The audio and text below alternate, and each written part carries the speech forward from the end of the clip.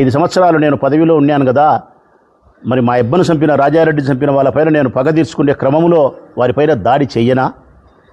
మరి వారు ప్రశాంతంగా జీవితాన్ని పులిందల్లో గడుపుతున్నారు అంటే గన నేను హింసను ప్రేరేపించేవాడిని కాదు, అహింసావాదిని, ఆదర్శవంతమైన రాజకీయాలు చేయాలనే మనస్తత్వం కలిగిన వాడిని అని తన్ను తాను చెప్పుకున్నాడు. ఇది నిజమా కాదా ప్రజలారా? నిజంగా ఆయన ముఖ్యమంత్రిగా 5 సంవత్సరాలు కొనసాగినప్పుడు కానీ, వారి తండ్రి రాజశేఖర రెడ్డి గారు 5 సంవత్సరాలు ముఖ్యమంత్రిగా కొనసాగినప్పుడు కానీ, ఈ 10 సంవత్సరాల కాలంలో వాళ్ళ అబ్బను చంపిన జగన్మోహన్ రెడ్డి గారి అబ్బను చంపిన వారిని, లేకుంటే రాజశేఖర రెడ్డి వాళ్ళ నాయను చంపిన వారిని రాజశేఖర రెడ్డి కానీ ఈ 10 సంవత్సరాల ముఖ్యమంత్రి కాలంలో వాళ్ళ మీద ప్రతీకారం తీర్చుకునేదానికి దాడి చేయలేరా? తుదముట్టించలేరా? మరి స్వేచ్ఛగా వాళ్ళు తిల్లాడుతున్నారంటే కారణం వారి ఆలోచనే చేయలే. బీటెక్ రవే ఒక పాత్రికేయుల సమావేశంలో చెప్పినాడు కదా, ఆయనే జగన్మోహన్ రెడ్డి నా మీద దృష్టి పెడితే అరగంట సార్లు నేను ఉండనని చెప్పినాడు. మరి ఈ బుద్ధు 10 ఏళ్ళైనా ఉండాడంటే కారణం, 5 ఏళ్ళైనా ఉండాడంటే కారణం దృష్టి పెట్టలేదని. దృష్టి పెట్టరు. ఇంకా నిజానికి నిజాయితీగా మాట్లాడాలంటే రాచమ్మలు నిజాయితీగా మాట్లాడతాడు, 100కు 100% ఏం ములాద లేదు. నిజాయితీగా చెప్పాల్సి వస్తే రాజారెడ్డి గారి కాలంలో పులివెందుల తాలూకాలో భయం ఉన్నది, రాజశేఖర రెడ్డి కాలంలో భయం తగ్గిపోయింది, జగన్మోహన్ రెడ్డి కాలంలో స్వేచ్ఛ ఎక్కువైంది. ఇంకా కరెక్ట్గా చెప్పాలంటే ధర్మం 4 పాదాల మీద నడచాలే, పులిందల్లో 5 పాదాల మీద నడుస్తుంది జగన్మోహన్ రెడ్డి గారి పుణ్యాన. కాళ్లకు చెప్పులు లేనటోడు కూడా మాట్లాడుతున్నాడు రాజశేఖర రెడ్డి కుటుంబాన్ని. తల మీద పావలా పెట్టి అమ్మితే 10 పైసలకు అమ్మడు బోనోలు కూడా రాజశేఖర రెడ్డి వంశాన్ని హీనపరిచి మాట్లాడుతున్నారు. దీనికి కారణం పులివెందుల్లో ప్రజాస్వామ్యం పూలంగల కాడ ఎంత కావాల్సినది దొరుకుతుంది జగన్మోహన్ రెడ్డి పుణ్యాన. నిన్న జెడ్పీటీసీ ఎలక్షన్లు జరిగితే వాళ్ళు చేసిన దౌర్జన్యము, అప్రజాస్వామికమైన ఎన్నిక విధానం, ఇంతకంటే వేరేది ఏమైనా కావాలన్నా? పులివెందుల్లో రాజశేఖర రెడ్డి కుటుంబం పైన ఎవరు దౌర్జన్యం చేస్తున్నారు, ఎవరు దాడులు చేస్తున్నారని 2-3 307 కేసులు పడినాయి వాళ్ళ మీద, తెలుగుదేశం పార్టీ వాళ్ళ మీద. అవి సరిపోవా? నిన్న జెడ్పీటీసీ ఎలక్షన్లప్పుడు దౌర్జన్యం చేస్తున్నారనేది. నిజంగా రాజశేఖర రెడ్డి వాళ్ళే దౌర్జన్య పరులైతే, హింసావాదులైతే, నరరూప రాక్షసులైతే మీరు బ్రతికి బట్ట కట్టిండే వాళ్ళ ప్రజలారా వీళ్ళు? ఎన్ని మాటలు మాట్లాడుతున్నారు. ముఖ్యమంత్రి చంద్రబాబు నాయుడు గారు లైన్ తీసుకొని ఇస్తే ఇదిగో ఈ 2 రోజులు 3 రోజులు 4 రోజులు మీరు రాజశేఖర రెడ్డి కుటుంబాన్ని ఫ్యాక్షనిస్టులుగా, నరహంతకులుగా, దుర్మార్గులుగా, దోపిడీదారులుగా చిత్రీకరించి మీరు సెలవులు చేసి మాట్లాడాలంటే క్యాబినెట్లో మంత్రులు మాట్లాడతారు, ఎమ్మెల్యేలు మాట్లాడతారు, ఎమ్మెల్సీలు మాట్లాడతారు, జెడ్పీటీసీలు మాట్లాడతారు, కౌన్సిలర్లు మాట్లాడతారు, ఏమి కాని వాళ్ళు కూడా మాట్లాడుతున్నారు. నేను అడుగుతా ఉన్నా, ఆనాడు బ్రిటిష్ కాలంలో వెంకరెడ్డి గారు రాజారెడ్డి వాళ్ళ ఆయన బతికున్నప్పటి నుంచి జగన్మోహన్ రెడ్డి ఉన్నంత వరకు ఏమేమైతే మీరు చెప్పినారో దొమ్మీలు, దోపిడీలు, హత్యలు, నేరాలు ఇవన్నీ ఎట్టంటే మీరు పక్క నుండి చూస్తున్నారా? ఇవన్నీ మీరు పక్కన కుర్జీ వేసుకొని చూస్తున్నారా? లేకుంటే వాళ్ళు చంపేటప్పుడు మీరు క్లాప్స్ కొడతా ఎంకరేజ్ కానీ అని ఎంకరేజ్ చేస్తున్నారా? ఎట్లా మీరంతా? మీరు పక్క నుండి చూసినట్టు అసలు మీరేందో, అసలు మీరేంతా ఉన్నట్టు ఎట్లయ్యా మీరు మాట్లాడే మాటలు? తల కిందికి కాళ్ళు పైకి పెట్టి తపస్సు చేసినా కూడా రాజశేఖర రెడ్డి హింసావాది కాడు, రాజశేఖర అన్న మానవతావాది కాదంటారా? మంచి మనసు కలిగిన వాడు, మంచి మనసు కలిగిన రారాజు రాజశేఖర రెడ్డి.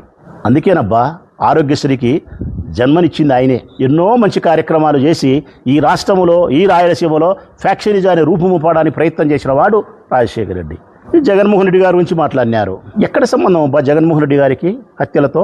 వివేకానంద రెడ్డి సొంతం వాళ్ళ చిన్న ఆయన వాళ్ళు చంపుకోవాల్సిన అవసరం ఉందే?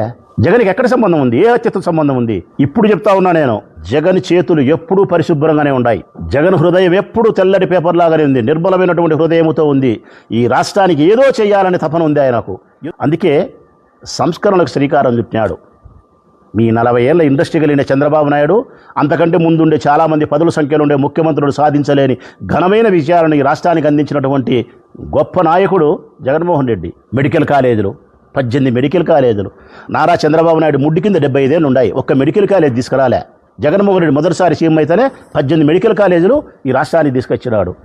గ్రామాల సచివాలయాలు ఏర్పాటు చేయగలిగినాడు. 50 ఇళ్లకు ఒక వాలంటీర్ని పెట్టగలిగినాడు. ఒక్క మాటలో చెప్పాలంటే ఈ రాష్ట్రములో సమానమైనటువంటి హక్కులను, సమానమైనటువంటి ఎదిగే అవకాశాలను ప్రతి పౌరునికి అందించినటువంటి గొప్ప నాయకుడు జగన్మోహన్ రెడ్డి. సంస్కరణలకు, సమాజంలోని మార్పులకు శ్రీకారం చుట్టినటువంటి ప్రతిబింబం జగన్మోహన్ రెడ్డి. ఇతని తీసుకొచ్చి మీరు హంతకుడు చేయాలని మీ ఇష్టానుసారం మాట్లాడుతున్నారే, ఎక్కడెక్కడ న్యాయం ఉంది మీరు మాట్లాడే మాటలు? నేను అడుగుతా ఉన్నా ఈరోజు మాట్లాడే మాటలను. ఏ ఒక్క కేసులో జగన్మోహన్ రెడ్డి ముద్దాయో చూపిండబ్బా మీరు? శిక్ష పడే కదా దేవుడు ఎరుగు. ఏ 302లో ఆయన ముద్దాయో, ఏ 307లో ఆయన ముద్దాయో చూపియండి ఆయన మీద. మేము ఆయనకు దగ్గరగా ఉండేవాళ్ళం, ఆయన హృదయానికి చాలా దగ్గరగా ఉండేవాళ్ళం. నేను కూడా, నాకు ఆయన అంతరంగం అంతా తెలుసు. ఆయన ఇప్పుడు కాదు, ఆయన శ్వాస ఆగిపోయేంత వరకు ఆయన జీవితంలో ఎప్పుడే కానీ హింసను ప్రేరేపించాడు. ఇది రాసి పెట్టుకోండి ప్రజలారా.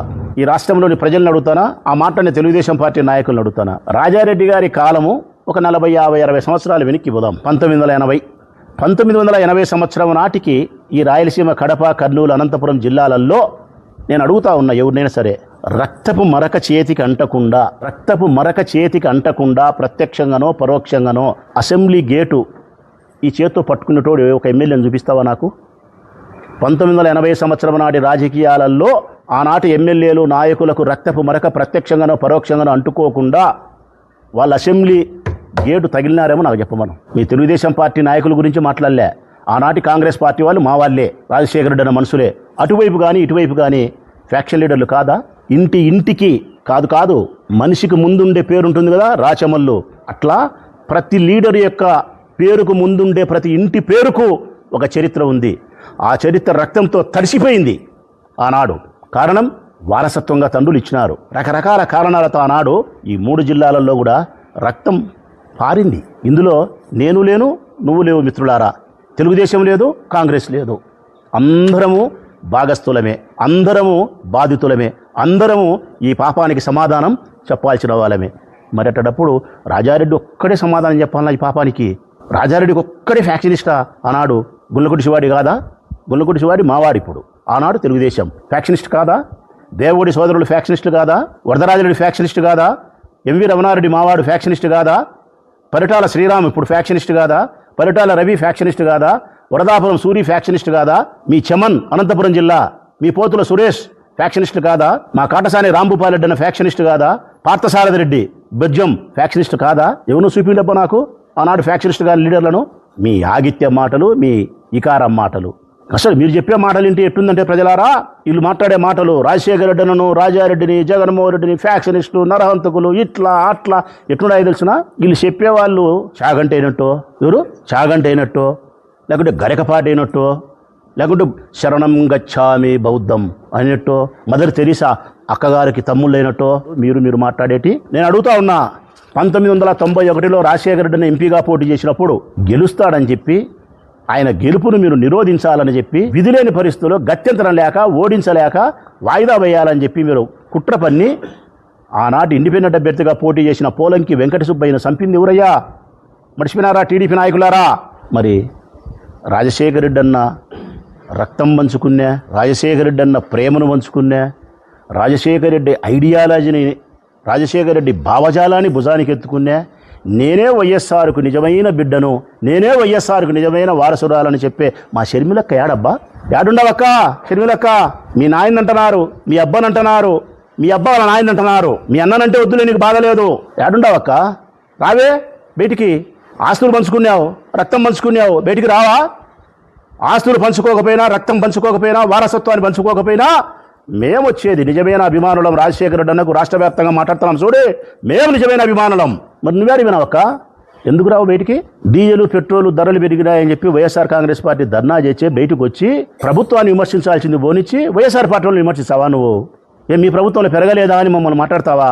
మా ప్రభుత్వంలో పెరిగినాయని చెప్పి ప్రజలు భావించినారు కాబట్టి మమ్మల్ని ఇంటికి పంపినారు. ఇప్పుడు ప్రభుత్వం ఉండేది చంద్రబాబు నాయుడుది. నువ్వు విమర్శించాల్సింది ఎవరిని?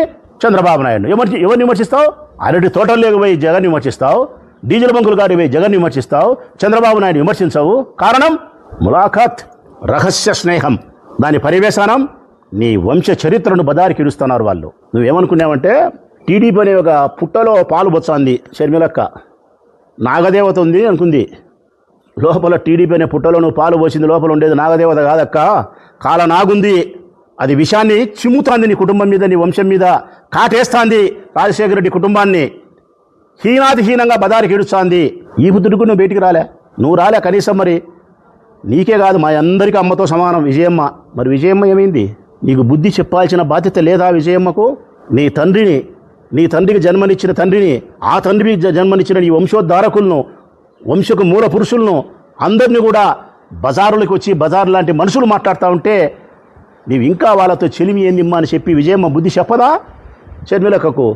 నేను అడుగుతా ఉన్నా షర్మిలమ్మను, నీవు సవాసం చేసింది ఇదిగో వీళ్ళతో, నువ్వు రహస్య మిత్రత్వం చేసింది ఎవరితో అంటే వీళ్ళతో. నీ తండ్రిని బజారుకీడ్చి, నీ వంశాన్ని బజారుకీడ్చి మార్చిన ఈ మనుషులతో నీవు స్నేహం చేయడం అనేది అత్యంత దుర్మార్గమైన చర్య. నువ్వు ఇప్పుడైనా ప్రెస్ ముందుకు వచ్చి మాట్లాడాలా, నీ తండ్రి యొక్క ఔన్నత్యాన్ని, గొప్పతనాన్ని చెప్పాలా, మీ అబ్బాయి యొక్క గొప్పతనాన్ని నువ్వు చెప్పాలా. మీ వివాహాది శుభకార్యములకు, పుట్టిన రోజులకు, మీటింగులకు అత్యాధునిక సదుపాయాలతో ప్రొద్దుటూరు వాసవి సర్కిల్ వద్ద నుంచి అతి సమీపాన మీకు అందుబాటు ధరలలో happy banquet AC function hall మీకు స్వాగతం పలుకుతుంది. మా ఫంక్షన్ హాల్ నందు వంట సామాగ్రి మరియు విశాలమైన కార్ పార్కింగ్, అతి తక్కువ మెయింటెనెన్స్ ఖర్చుతో ఏ ఫంక్షన్ అయినా మా happy banquet AC function hall నందు జరుపుకొని ఆనందాన్ని పొందండి. బుకింగ్ కొరకు సంప్రదించండి. మా సెల్ నంబర్ 9100600238 7799 000211.